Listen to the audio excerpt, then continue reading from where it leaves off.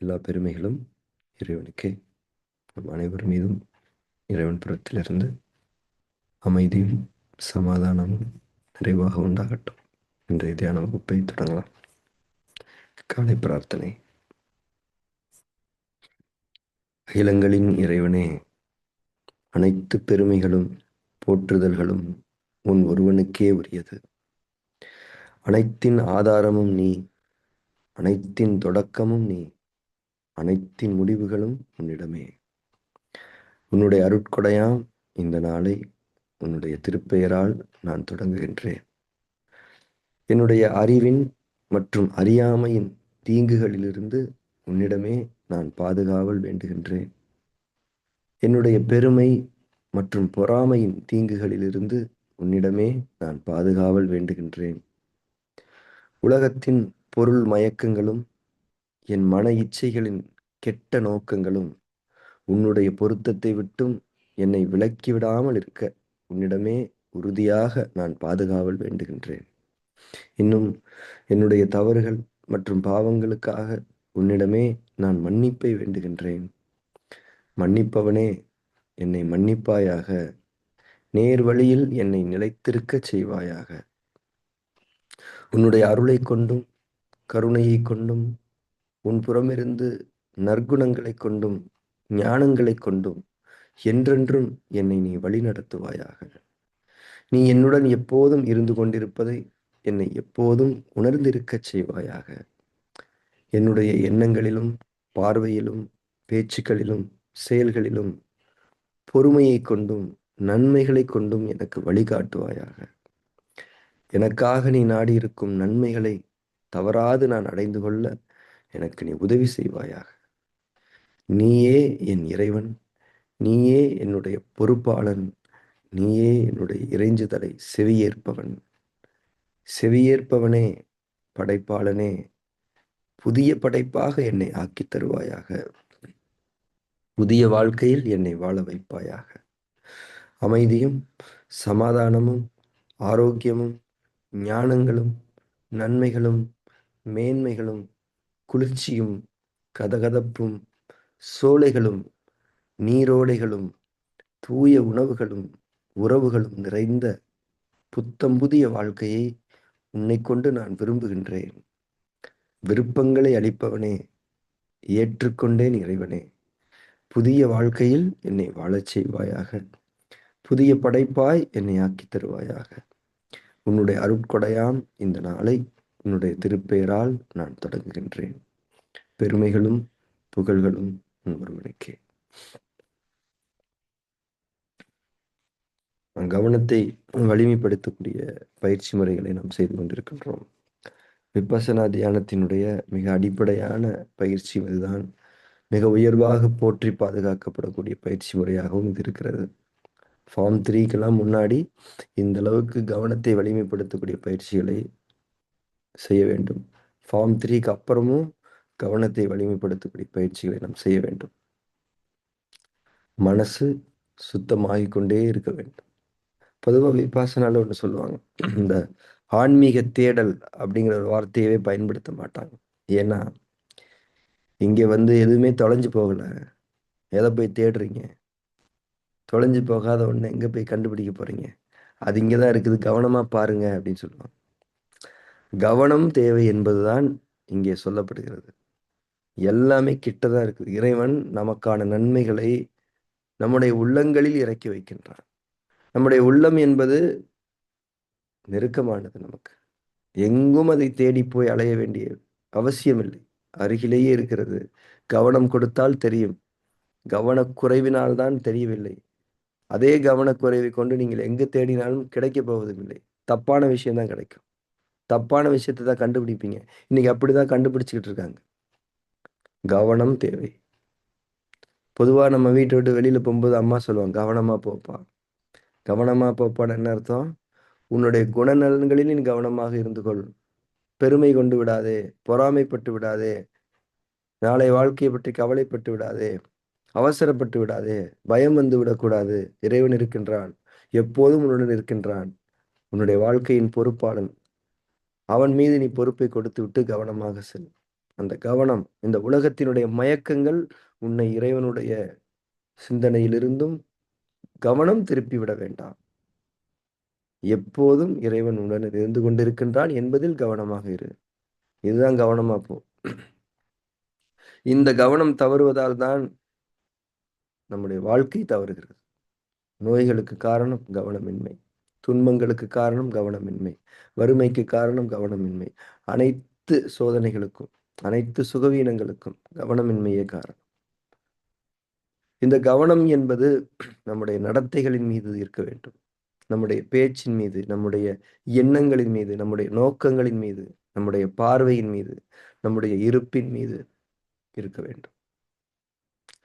அந்த கவனத்துக்கான பயிற்சிகளை நாம நம்முடைய உடலின் மீது, உறுப்புகளின் மீது, உடலியல் செயல்பாடுகளின் மீது செலுத்துகின்றோம். ஏன் செலுத்துகின்றோம் என்றால், இது சத்தியமானவை. ஏதோ ஒரு ஃபேண்டசி கிடையாது இதெல்லாம். எல்லாமே சத்தியமாக நடந்து கொண்டிருக்கிறது. நம்முடைய ஒவ்வொரு அணுவும், ஒவ்வொரு செல்லும் நிஜம். அதனுடைய செயல்பாடுகள் எங்கும் இல்லாதது. மெய்சிலிர்க்க வைக்கக்கூடியது. உடலே இப்படி செயல்படுதே, மனசு எப்படி செயல்படும்? உயிர் எப்படி செயல்படும்? படைப்பாளனுடைய திட்டம் எப்படி இருக்கும்? கவனம் கொடுத்தால் அனைத்தும் தெரியும். கவனம் என்பது தேவையில்லாத விஷயங்கள்ல இருந்து விலகிறது. அப்பதான் தேவையான விஷயங்களுக்குள்ள நம்ம போக முடியும். இன்றைய தியான வகுப்பை நாம் தொடங்கலாம். தியானத்துக்கு தயாராகலாம். நம்முடைய கண்களை மூடி புற உலகம் அதிலிருந்து விலகுவோம்.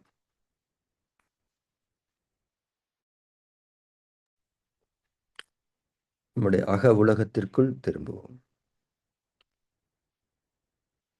விருப்ப உணர்வோடும் ஆர்வத்தோடும் நம்முடைய அக உலகத்திற்குள் நாம் நுழைந்து கொள்வோம்.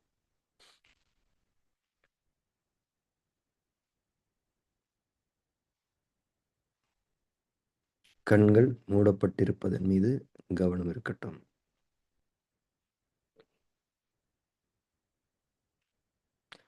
உடலை அதிட்டானாவில் நிலைப்படுத்திக் கொள்ளுங்கள்.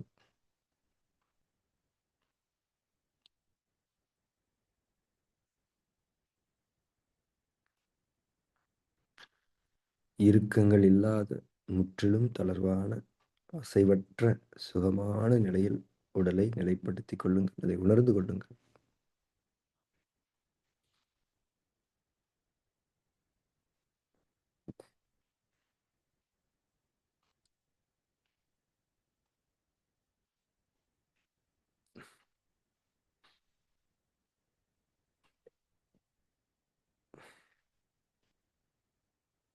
மூச்சின் மீது கவனம் இருக்கட்டும்.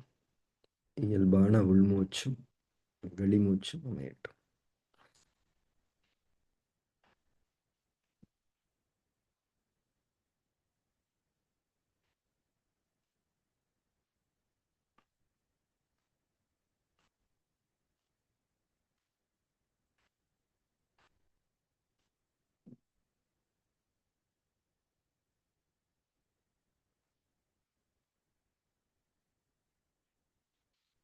மூச்சின் மீது உணர்வுடன் கூடிய கவனம் இருக்கட்டும்.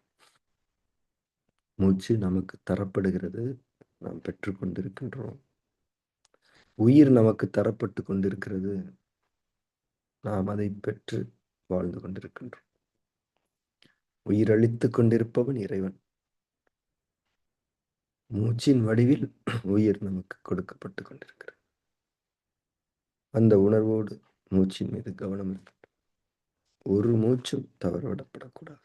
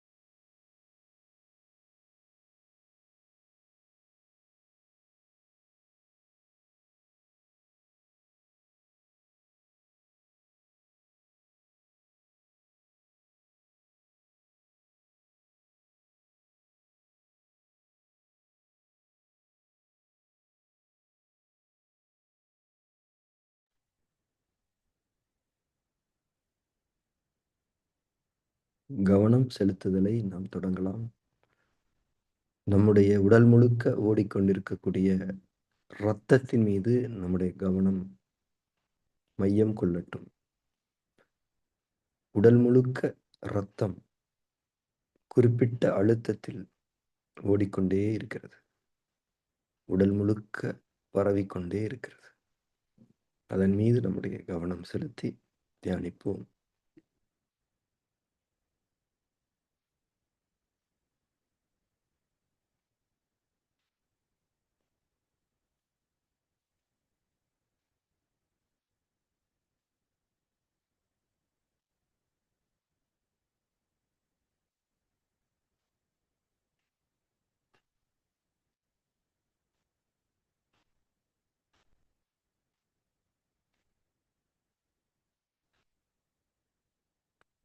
நம்முடைய கண்கள், காது, மூக்கு, வாய், வயிறு, மண்ணீரல் அனைத்து உறுப்புகளுக்கும், அனைத்து அங்கங்களுக்கும் ரத்தம் கொடுக்கப்பட்டு கொண்டே இருக்கிறது.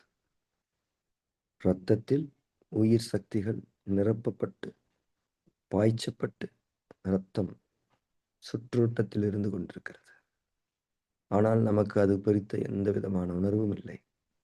அவ்வளோ சைலண்டா உள்ள நடந்துகிட்டே இருக்குது.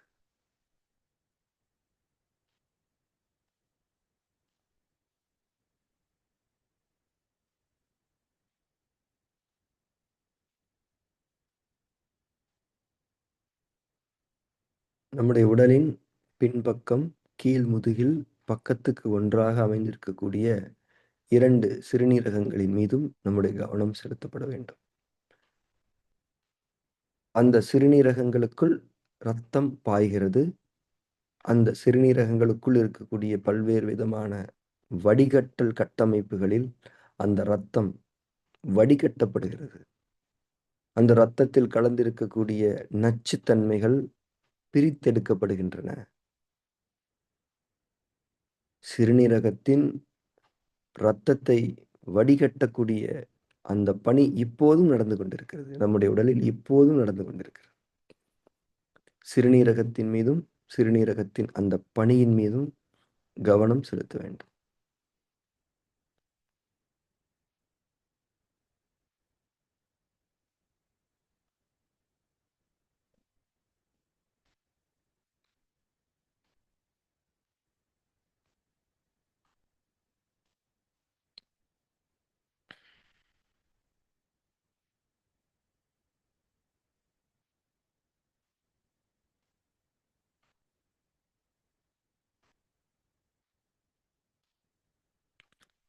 சிறுநீரகங்களில் வடிகட்டப்பட்ட அந்த இரத்தம் சொட்டு சொட்டாக, சொட்டு சொட்டாக சிறுநீர் பையில் சேகரமாகிறது. சிறுநீர் பை, யூரினரி பிளாடர்ல சொட்டு சொட்டாக, சொட்டு சொட்டாக சேகரமாகிறது. ஒரு குறிப்பிட்ட அளவு ரீச் ஆன உடனே உடல் ஒரு உணர்வை அறிவிக்கிறது, சிறுநீர் கழிக்க வேண்டும் என்று. நாம் ஓய்வறைக்கு செல்லுகின்றோம். சிறுநீர் புறவழி வழியாக சிறுநீர் வெளியேறுகிறது. அந்த சிறுநீர் பை சுருங்குகிறது. உயிராற்றலை கொண்டு அந்த சிறுநீர் பை சுருங்குகிறது. சிறுநீர் வெளியேறுகிறது. இந்த இயக்கத்தின் மீது நம்முடைய கவனத்தை கொள்ள வேண்டும். எத்தனையோ முறை நம்ம யூரின் பாஸ் பண்றோம். அதுக்கு பின்னாடி இருக்கக்கூடிய இந்த உயிரோட்டத்தை, அந்த சிறுநீர் பையினுடைய உயிரோட்டத்தை, அந்த பை அந்த உயிர் ஆற்றலை கொண்டு அப்படியே சுருங்குகிறது. எந்த மோட்டாரும் கிடையாது. அப்படியே சுருங்குது. மெதுவா சுருங்குது. எந்த சென்சாரும் கிடையாது. யூரினரி சென்சேஷன் வருது. நல்லா சுருங்கி சிறுநீரை கம்ப்ளீட்டா வெளியே தள்ளிடுது. இந்த இயக்கத்தின் மீது கவனம் செலுத்துவோம்.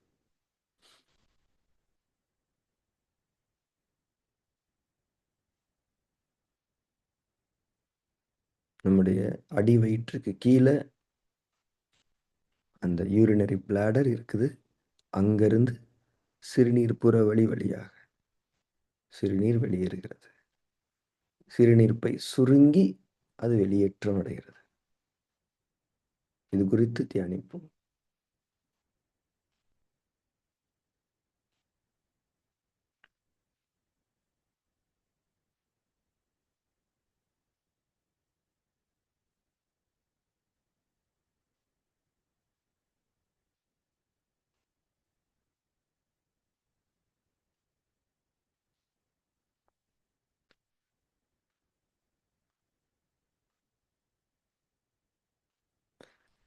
இப்போது நாம் நம்முடைய தூக்கத்தை தியானிக்க இருக்கின்றோம்.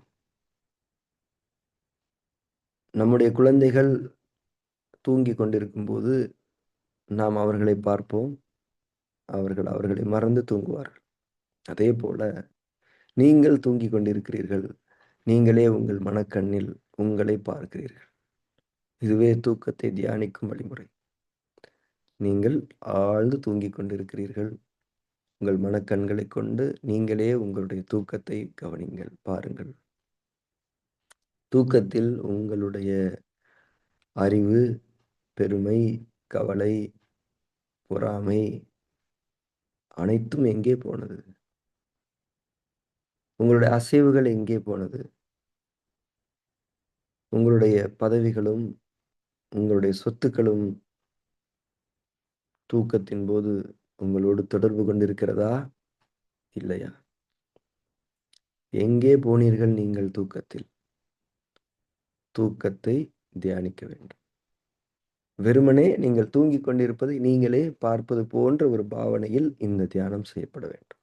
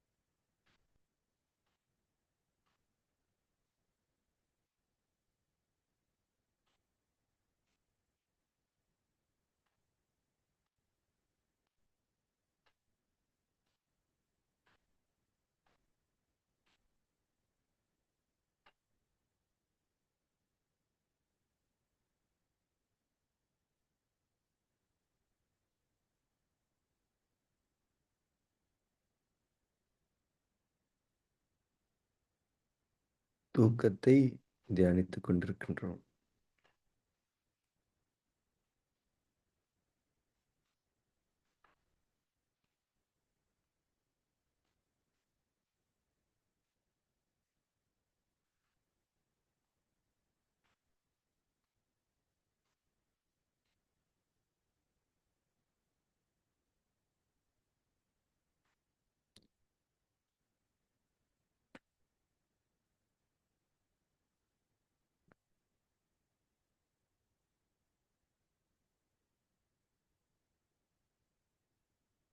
இப்போது மூச்சோட்டத்தின் மீது கவனம் திரும்பட்டும். இயல்பான உள்மூச்சு, இயல்பான வெளிமூச்சும் கவனிக்கப்பட வேண்டும். உயிராற்றல் நமக்கு கொடுக்கப்பட்டு கொண்டிருக்கிறது. நாம் வாழ்விக்கப்பட்டு கொண்டிருக்கின்றோம் என்பதற்கான மாபெரும் அத்தாட்சி நம்முடைய மூச்சோட்டம். மூச்சு நம்முடைய அதிகாரத்தில் இல்லை. எந்த விலை கொடுத்தும் இந்த மூச்சை நீங்கள் வாங்க முடியாது. இறைவனுடைய ஆட்சி அதிகாரம்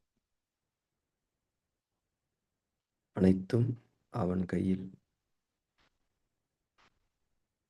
மூச்சின் மீது உணர்வுடன் கூடிய கவனம்.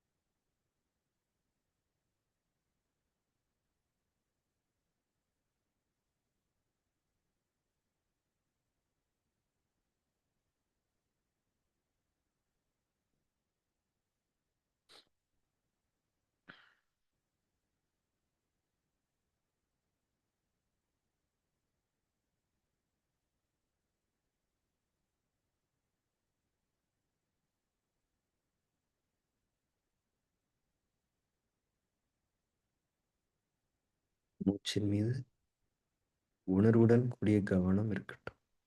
ஒவ்வொரு மூச்சின் மீது.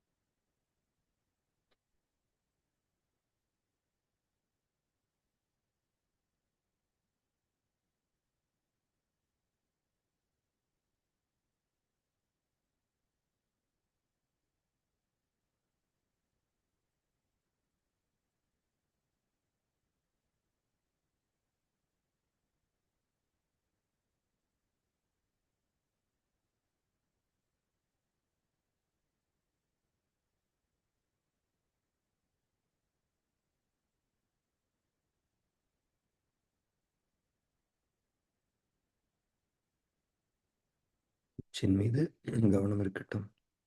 உணர்வுடன் கூடிய கவனம் இருக்கட்டும்.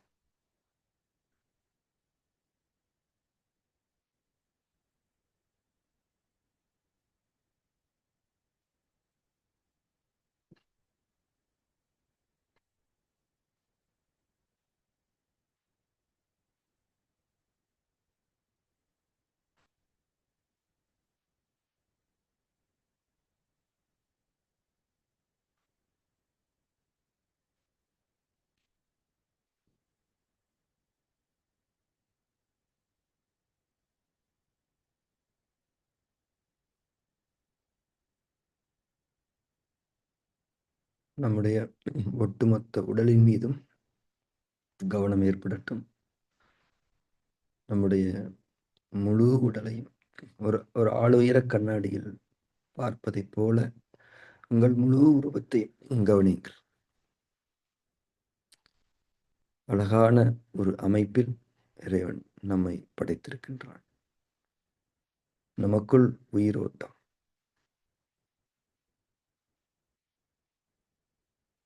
நமக்கான உணவு வெளியிலிருந்து, நமக்கான நீர் இறக்கப்படுகிறது.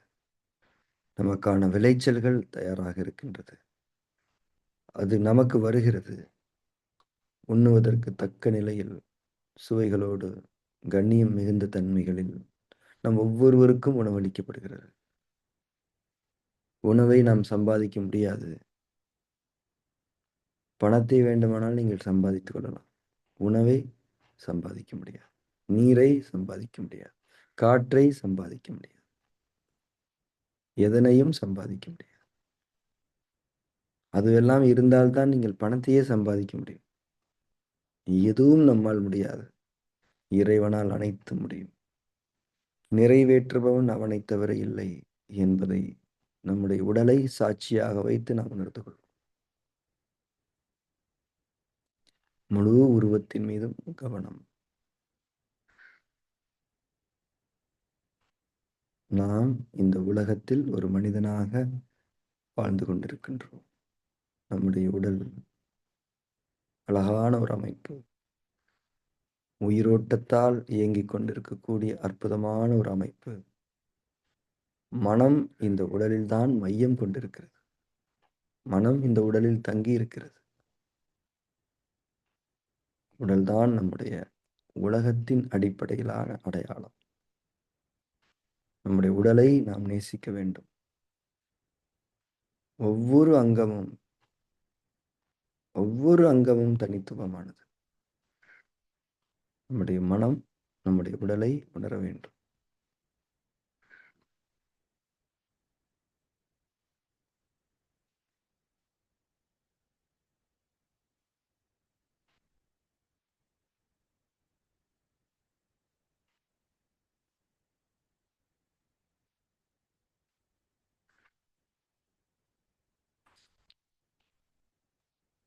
அதிட்டானாவிலிருந்து தளர்ந்து கொள்ளலாம். தியானத்தில் தொடர்ந்திருக்கலாம்.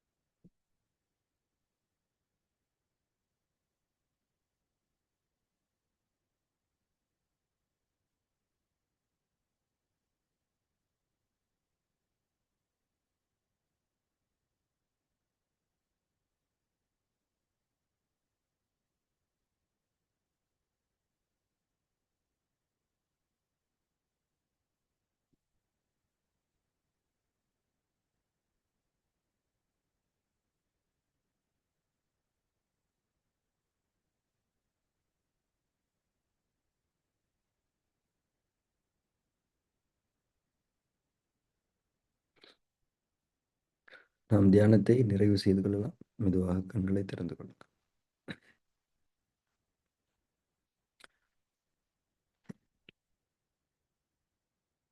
ஸோ இந்த செல்ஃப் சென்ஸ் மெடிடேஷனுடைய நோட்ஸ் வந்து உங்களுக்கு ஷேர் பண்ணுவோம். இதை நீங்கள் வச்சுக்கோங்க. இதில் இருக்கக்கூடிய நிறைய விஷயங்களை சும்மா ரீட் பண்ணி பாருங்கள். அப்புறமா நம்ம செல்ஃப் ப்ராக்டிஸ்க்கு இது ரொம்ப ஹெல்ப்ஃபுல்லாக இருக்கும். ஸோ ப்ரிப்பரேஷன் அப்படிங்கிறது என்ன? அதிட்டானால உட்காந்து மூச்சின் மீது கவனம் செலுத்த தொடங்கிவிட்டு ஃபஸ்ட்டு அந்த ஸ்கின் மேலே இருக்கக்கூடிய சென்சேஷன்ஸை நம்ம கவனிக்க ஆரம்பிக்கணும். அதுக்கப்புறம் நிலை 1ல் நம்முடைய உடலை நாம் உணர வேண்டும். நம்முடைய தலை, தலைமுடி, நெற்றி, கண்கள், புருவங்கள், மூக்கு, வாய், கைகள், கால்கள், இந்த மாதிரியான பாகங்கள்லாம் மெதுவாக நம்ம அப்படியே கவனிச்சுக்கிட்டே இருக்கணும். அதுக்கப்புறம் உள்ளுறுப்புகளில் இன்டர்னல் ஆர்கன்ஸ் மேலே கவனம் வைக்கணும். அதை நம்ம பண்ணோம். ஸோ இன்டர்னல் ஆர்கன்ஸை பற்றின பிக்சர்ஸ் எல்லாம் கொடுத்துருக்கோம். சும்மா ஒரு இந்த கவனம் செலுத்தும் போது நம்முடைய மனதில் இருக்க வேண்டிய ஒரு காட்சிக்காக. ஸோ ஒரு உறுப்பையுமே நம்ம பார்த்துக்கணும். எல்லாமே நமக்குள்ள லைவாக இருந்துக்கிட்டு இருக்கக்கூடிய தன்மைகள் தான். ஸோ இந்த நோட்ஸ் எல்லாம் ஒரு வாட்டி நீங்கள் ஒரு கிளான்ஸ் பார்க்கணும். ரத்தம் முதலாக எல்லாமே கொடுக்கப்பட்டிருக்கு செல் வரை. ஸோ நிலை 1ங்கிறது ஷார்ட்டு தான். வெளி உறுப்புகளை அமைப்புகளை உணர்தல், உள்ளுறுப்புகளை உணர்தல். அந்த உணர்வுடைய தன்மை எப்படி இருக்கணும்? அந்த உள்ளுறுப்போ வெளியுறுப்போ எப்படி அமைந்திருக்கிறது? அதனுடைய வடிவம் என்ன? அது என்ன வேலை செய்யுது? அந்த வேலையுடைய முக்கியத்துவம் என்ன? அந்த வேலை நடக்கலைன்னு நம்ம என்ன மாதிரி சஃபர் ஆவோமோ அதை நினைச்சு பார்த்தாலே அந்த வேலையோட முக்கியத்துவம் தெரிஞ்சிடும். இந்த வேலை உயிரோட்டத்தை கொண்டு நிகழ்ந்து கொண்டிருப்பதற்காக நாம் இறைவனுக்கு நன்றி செலுத்துகின்றோம். ஒரு திருப்தி உணர்வை நாம் கொள்ளுகின்றோம். இது நிலை 1ல். இதில் வந்து ஆர்டர் கொடுத்துருக்குறோம். அதாவது செய்முறை வழிகாட்டலுக்காக ஒரு ஆர்டர் மாதிரி கொடுத்துருக்குறோம். என்னென்ன ஆர்டரில் பண்ணணும்னு சொல்லிட்டு. செய்முறை வழிகாட்டல் இந்த ஆர்டரை ஃபாலோ பண்ணிக்கலாம். இது அப்புறமா கைடட் மெடிடேஷனாகவே நம்ம வந்து பண்ணலாம். இந்த ஆடியோ வச்சுட்டு கூட. ஸோ இதெல்லாமே நம்ம பண்ணுறோம். ஒரு ஆர்டர் கொடுத்துருக்குறோம். அதுக்கப்புறம் நிலை 2ல் வெளியிலேருந்து நம்ம கொடுக்கப்படக்கூடிய உணவு, நீர், காற்று, பிரபஞ்ச உயிர்க்கூறுகளை எல்லாம் நாம் சிந்திக்கின்றோம். ஸோ அதுதான் நேற்று பார்த்தோம். மழை, விளைச்சல், உணவு, ஜீரண செயல்முறை, கழிவு வெளியேற்றம், தூக்கம்லாம் நம்ம பார்த்தோம். இன்னும் இதுக்கு அடுத்தடுத்த நிலைகள் இருக்கின்றன. இப்போதைக்கு நம்ம அந்த நிலை 2ல் புற உயிர் சக்திகளை உணரக்கூடிய தன்மையை மட்டும் நம்ம தியானித்து கொண்டிருக்கின்றோம். ஸோ இதுக்கான பிக்சர்ஸ், மழை, இதெல்லாம் நம்ம நேற்று பார்த்தோம். ஸோ இந்த புலன்கள் மூலம் உள்ள வர்றதை நம்ம நாளைக்கு பண்ணலாம். அது ஒரு முக்கியமான ஒரு விஷயம். ஸோ இதை வந்து இதுக்கும் செய்முறை வழிகாட்டல் என்னென்ன எப்படி இப்படி பண்ணணும்னு சொல்லிட்டு ஆர்டரில். அதுக்கப்புறம் இன்னும் அடுத்தடுத்த அட்வான்ஸ்டான விஷயங்கள்லாம் இருக்குது. இந்த காற்றை உணர்தல்லாம் இருக்குது. ஸோ இந்த நோட்ஸ் வச்சுக்கோங்க. அப்புறமா இதிலெல்லாம் நம்ம மாஸ்டர் ஆன பிறகும் நம்ம மனசுக்கு நம்ம கவனம் போகணும். மனதை மனதால் உணர்தல், நமக்குள் இருக்கும் எண்ணங்களை உணர்தல், எண்ணங்களை யார் கவனிப்பது என்ற கேள்வி எழுப்புதல், எண்ணங்களை கவனிப்பதையும் யார் கவனிக்கிறார்கள் என்ற கேள்வி எழுப்புதல். இதெல்லாம் தான் கவனம். உயிர்னா என்ன, ஆன்மானா என்ன, இறைவன்னா யாரு, இந்த கேள்விகளை நாம் எழுப்ப வேண்டும். அந்த கேள்விகளுக்கு நமக்கு பதில் தெரியாது என்பதை உணர வேண்டும். ஆனால் தெரிந்து கொள்ள வேண்டும் என்ற விருப்பத்தை நம்முடைய மனதில் விதைத்துக் கொள்ள வேண்டும். இது தேடுறது கிடையாது. நம்முடைய கவனத்தை வேண்டுவது அவ்வளவுதான். கவனத்தை வேண்டும்போது அது நமக்கு புலப்படும். அது மறைவானதாக இருக்கிறது. ஞானங்களாக இருக்கின்றது. இப்போ ஒருத்தர் ஒரு இன்வென்ஷன் கண்டுபிடிச்சிட்டாரு அப்படின்னா, அவருடைய கவனம் அதை நோக்கி திருப்பப்பட்டது. அவ்வளவுதான். அது அங்கதான் இருக்குது. அவருடைய கவனம் அதை நோக்கி திருப்பப்பட்டது. இறைவனுடைய அருளைக் கொண்டு அந்த கவனம் அங்கே திரும்பியது. கவனங்களில் ஒழுங்கு யாருக்கு இருக்கிறதோ, கவனங்களை வலிமைப்படுத்திக் கொள்ள வேண்டும் என்ற விருப்பம், வேட்கை யாருக்கு இருக்கிறதோ, அவர்களுக்கு நன்மைகள் புலப்படும். இறைவன் நன்மைகளை நோக்கி கவனத்தை திருப்புவான் என்பதுதான் இந்த விபாசனாவுடைய கோட்பாடு. விபாசனால கவனத்துக்கு அவ்வளவு முக்கியத்துவம் கொடுப்பான். ஏன்னா கவனம் என்பது ஒரு நல்ல குணம். ஏற்கனவே சொன்ன மாதிரி நல்ல குணம் கவனம். கெட்ட குணங்களிலிருந்து நம்மை பாதுகாத்து கொள்ள உதவக்கூடிய ஒரு நல்ல குணம் கவனம். கவனத்தை வலிமைப்படுத்திக் கொள்வதற்கு பயிற்சி முறைகளை மிக கவனமாக வடிவமைத்திருக்கிறார்கள். அதைத்தான் நாம் பார்த்தோம். தொடர்ந்து இந்த இறைவழி தியானத்தினுடைய பயணத்தில் நாம் இணைந்திருப்போம். நாளைய தியான வகுப்பில் நாம் சந்திக்கலாம். இன்னைக்கு ஃப்ரைடே டீச்சிங் செஷன் இருக்குது. ஃபார்ம் 9 டீச் பண்ண போகிறோம். முக்கியமான டீச்சிங் அது. எல்லாருமே கலந்துக்கலாம். டைம் அறிவிக்கப்படும். நாளை தியான வகுப்பில் நாம் சந்திக்கலாம். Thank you very much. Have a good day.